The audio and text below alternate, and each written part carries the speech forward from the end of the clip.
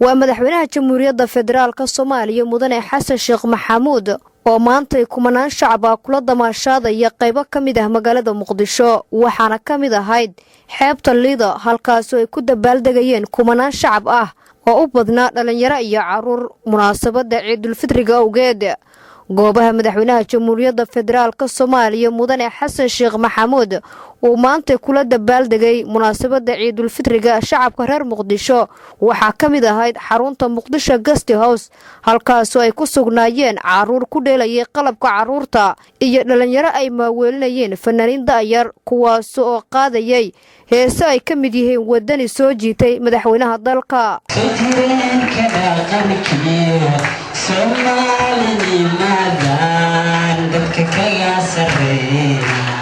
madaxweyne Xasan Sheekh Maxamuud ayaa xeebta Lido waxa uu kumanaankii qof ee ku sugnaa ka salaamay meel sare halka maqaayada Bar View oo ku taala isla xeebta Lido uu kula qadeeyay muwaadiniin ku sugnaa waxa uu u rajeeyay guul iyo barwaaqo iyadoo ay goobjoog ka ahaayeen qadaasi wasiirka warfaafinta dhaqanka iyo dalxiiska mudane Maxamed Cabdi Xayir Maareeye taliyaasha ciidamada booliiska xoogga iyo asluub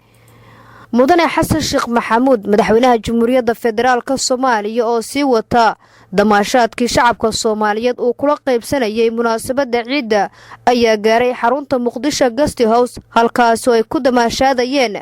waalidiin iyo caruur mudane Xasan Sheekh Maxamuud ayaana caruurtii ku sugnaa xaruntaasi mid u gacan qaaday waxa ayna indhahay ku qabanayeen madaxweynaha Xasan Sheekh Maxamuud oo dhabta saaraya inta badan caruurtii ku damaashaadaya xaruntaasi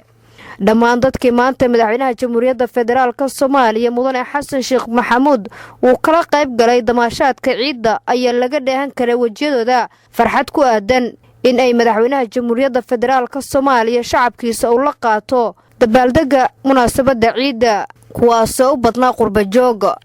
madaxweynaha ummadda Soomaaliyeed mudane Xasan Sheekh Maxamuud oo boqolaal dadweyne ah kula hadlayay xarunta Muqdisho Guest House ayaa ugu hambaliyay munaasabada ciida isagoo kula dardaarmay in ay iskacan siiyaan isla markaana ay caawiyaan walaalahooda aan ka qayb qaadan ciida sabab dhaqaale awgood maalinta muhiimka oo la ciidaayo waaye ciida caruurta laga farxiyo kuwa caruurta oo aan waalidkood waxaysan waxa la siiyo caruurtiina bas ay farxineen kuwa xariyaha barakacayaasha ku jira iyo kuwa aan waxaysanin hal la kaalmeeyo waxa la siiyo ayaguna ha farxaan saas ma ahano inay farxaan Soomaa hal laga farxiyo hal la kaalmeeyo hadii la yiraahdo ciid wanaagsan Soomaaliya ha noolaato Soomaaliya ha noolaato Soomaaliya ha midowdo Soomaaliya ha midowdo cadawga Soomaaliya ha jabo cadawga midnimada ha jabo diinta islaamka iyo dadka iyo dalka kor Allah ka dhigo noolaada adika noolaada ciid wanaagsan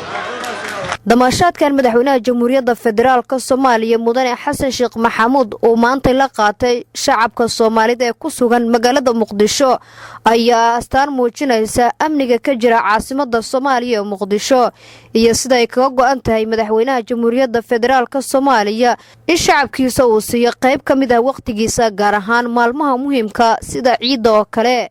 Nasr Basheer Cali TV-ga qaranka Soomaaliyeed Muqdisho.